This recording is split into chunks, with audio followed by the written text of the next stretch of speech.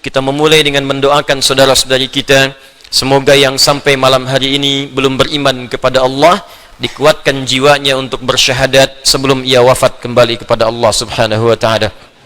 Semoga para pelaku maksiat pada malam hari ini disadarkan hatinya dan mau bertobat, dan semoga kita bersama mereka wafat dalam keadaan husnul khatimah insyaallah.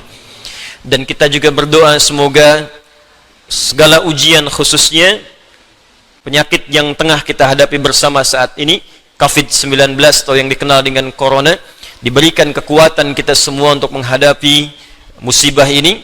Khususnya saya ingin menghimbau kepada siapapun kita semua, ada dua hal yang penting kemudian kita maksimalkan terkait dengan kondisi kita, erat kaitannya dengan virus corona yang sedang kita hadapi saat ini.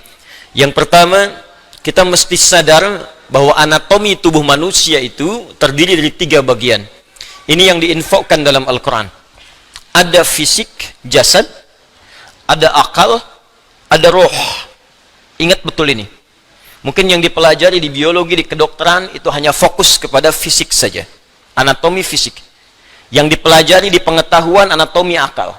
Sedangkan roh, tempatnya bukan di pelajaran formal, tempatnya bukan di bidang kesehatan fisik. Ini terkait dengan nilai-nilai spiritual. Sedangkan penyakit biasanya menghantam pada 2 di antara 3 ini. Kalau bukan pada fisik, maka dia menghantam pada roh. Itu yang saling terkait, berkelindan. Kalau penyakit akal, biasanya sifat penyakitnya datang dengan sifat malas. Malas baca, malas belajar, ya, malas mengkaji. Itu penyakit akal. Karena setiap bagian anatomi tubuh ini butuh masukan. Dia harus punya karbohidratnya, punya proteinnya, punya vitaminnya, butuh masukan supaya dia berkembang dan kuat. Ya, fisik kita butuh makan. Maka turun ayat-ayat dalam Al-Quran seperti apa mengarahkan fisik untuk mendapatkan masukan-masukan yang terbaik untuk fisik.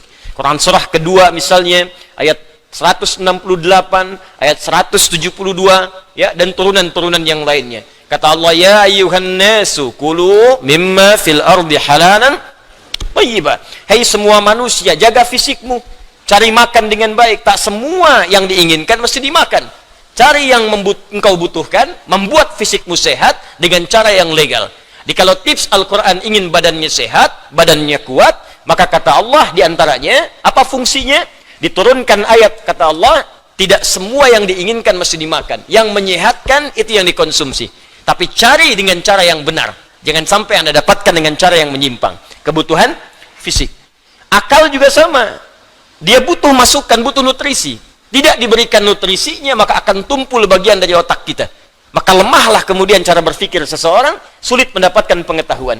Apa makanannya? Turun ayat. Quran surah 96 ayat pertama. Iqra bismi rabbikal ladzi khalaq. Membaca bagian dari nutrisi akal. Turun ayat tentang mencari pengetahuan dengan cara yang benar. Quran surah ke-58 ayat 11. Yarfa'illahu alladhina amanu minkum walladhina utul ilma darajat. Allah akan mengangkat derajat seseorang ketika dia memenuhi bagian-bagian kebutuhan hidupnya. Tingkatkan imanmu. Yang kedua, tambahkan pengetahuan. Quran surah ke-9 ayat 122.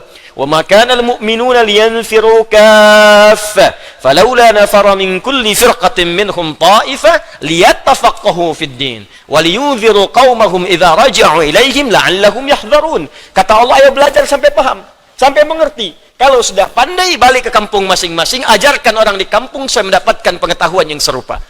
Nutrisi terkait akal. Roh tidak banyak dipelajari. Sejak zaman Nabi, orang bertanya pada Nabi SAW, Muhammad, apa esensi roh? Bagaimana sifatnya? Bagaimana bentuknya? Apa nutrisinya? Turun Quran surah ke-17 ayat 85 untuk menjawabnya. Yas'alunaka 'anir ruh.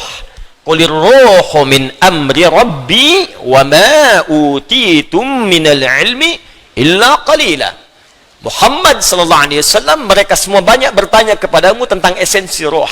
Katakan pada mereka, roh itu urusanku. Semua infonya hanya dimiliki Allah Subhanahu wa ta'ala. Dan kalian tidak diberi pengetahuan kecuali sedikit. Sedikit untuk urusan fisik, silahkan. Ya, gali, analisis terkait tentang fisik, bedah. Dapatkan kebutuhannya, teliti bagian-bagiannya, dapat kita infonya. Tentang akal, silahkan temukan, kreasi. Dapatkan ciri-ciri pengetahuan yang baru, bidang-bidangnya, turunan-turunannya. Tapi roh, kata Allah, hanya aku yang tahu nutrisinya. Maka diturunkanlah kemudian nutrisi roh untuk menguatkan nilai spiritual seseorang yang bisa menguatkan fisik dan akalnya. Awas, hati-hati ya. Kalau fisiknya sakit, tapi rohnya sehat, itu boleh jadi daya tahan tubuhnya semakin kuat. Dalam arti, bisa jadi, walaupun fisiknya kurang sehat, tapi rohnya kuat, dia bisa menjalani kehidupan dengan baik. Tapi kalau rohnya sakit, walaupun fisiknya terlihat sehat, sesungguhnya dia dalam keadaan selemah-lemahnya dalam beraktivitas. Nanti kita akan buktikan. Ya. Apa nutrisinya? Ibadah. Karena itu tidak ada nutrisi terbaik bagi roh kecuali ibadah. Untuk itulah kita diperintahkan sholat, diperintahkan mengaji, diperintahkan puasa, diperintahkan baca Al-Quran, diperintahkan tahajud. Apa esensinya? Untuk memberikan masukan kepada roh. Berikan makanannya supaya dia sehat. Berikan makanannya supaya dia kuat. Apa kaitan dengan kondisi saat ini? Dari hal yang saya paparkan ini, teman-teman sekalian, maka kita bisa bersama-sama menghadapi, ya, maaf, musibah yang tengah kita alami saat ini dengan virus corona. Kita bagi pada dua bagian. Pertama, secara fisik, rujuk Kementerian Kesehatan. Bagaimana informasi dari pemerintah yang disampaikan kepada kita, kita ikuti itu. Ya. Maaf, perilaku hidup yang sehat, ya, kemudian cari makanan yang dibutuhkan yang kuat, hindari begini begitu, tipsnya kita ikuti. Karena itu ikhtiar, ya, ikhtiar secara fisikal yang kita bisa ikuti pedoman-pedomannya. Tapi ada bagian juga yang sangat penting yang terkait dengan pedoman roh. Karena sekuat-kuatnya fisik, kalau rohnya lemah, maka akan berpengaruh pada ketahanan fisiknya. Saya beri contoh sederhana begini. Fisiknya kelihatan sehat, tidak ada luka, nggak ada masalah. Cuma rohnya sakit. Iri hati, dengki, perasaan pesimis, perasaan tak enak hati. Itu ketika terjadi menimpa roh, dampaknya pasti akan hadir ke fisik. Sakit iri hati, hatinya rohnya yang sakit, fisiknya kuat. Tapi makan jadi nggak enak. Ketemu orang jadi nggak nyaman. Tidur jadi nggak enak, terbawa ke fisik. Sebaliknya penyakit fisik, kalaupun rohnya bagus, fisiknya kena penyakit, tapi tetap beraktivitas, akan tetap semangat. Nabi Ayyub itu kan serangan fisiknya kuat. Tapi karena kondisi rohnya kuat, untuk ibadah pun luar biasa. Baru saat kondisi penyakit mengganggu kepada ibadahnya, baru mohon kepada Allah Subhanahu wa ta'ala diberikan kesembuhan. Baik. Karena itu, terkait dengan ini, saya ingin memberikan pendekatan-pendekatan spiritual, bagaimana kita bisa menguatkan roh, sehingga daya tahan tubuh kita untuk terbantu, ya, bisa menguatkan diri, dan setidaknya membangun kepercayaan diri, agar kita tetap beraktivitas dengan sempurna dan sebaik-baiknya. Ini penting saya sampaikan, karena beberapa pekan ini, saya menerima pesan, tidak hanya dari Indonesia, tapi dari saudara-saudari kita yang di luar negeri, khususnya di bilangan Korea, kemudian ada di Jepang, di beberapa tempat, bahkan yang jangankan untuk ta'lim, untuk sekedar salat berjamaah pun sekarang belum diizinkan untuk berada di masjid atau di tempat-tempat terbuka karena dikhawatirkan tersebarnya dengan mudah virus COVID-19 ini. Ya, kita turut mendoakan insyaallah semoga Allah ringankan, mudahkan dan hilangkan, ya, penyakit yang dimaksudkan, sehingga memudahkan saudara-saudari kita untuk beribadah kembali dengan baik.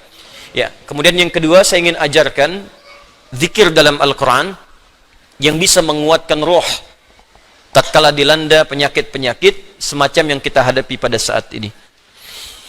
Satu,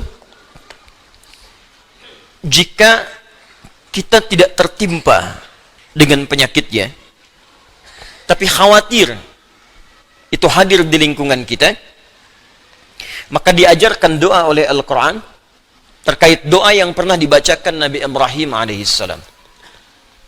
Salah satunya terdapat di Quran surah ke-26 Asy-Syu'ara ayat ke-80. Wa idza maridtu fahuwa yashfin. Wa idza maridtu fahuwa yashfin. Singkat, padat. Wa idza maridtu fahuwa yashfin. Kalaupun aku sakit, apapun penyakitnya, pasti Allah akan menyembuhkan. Saya ulang ya. Wa idza maridtu fahuwa yashfin. Kalaupun aku ditimpa penyakit, apapun penyakitnya, pasti Allah sembuhkan. Ini bentuknya fi'il madhi tapi maknanya mudhari'.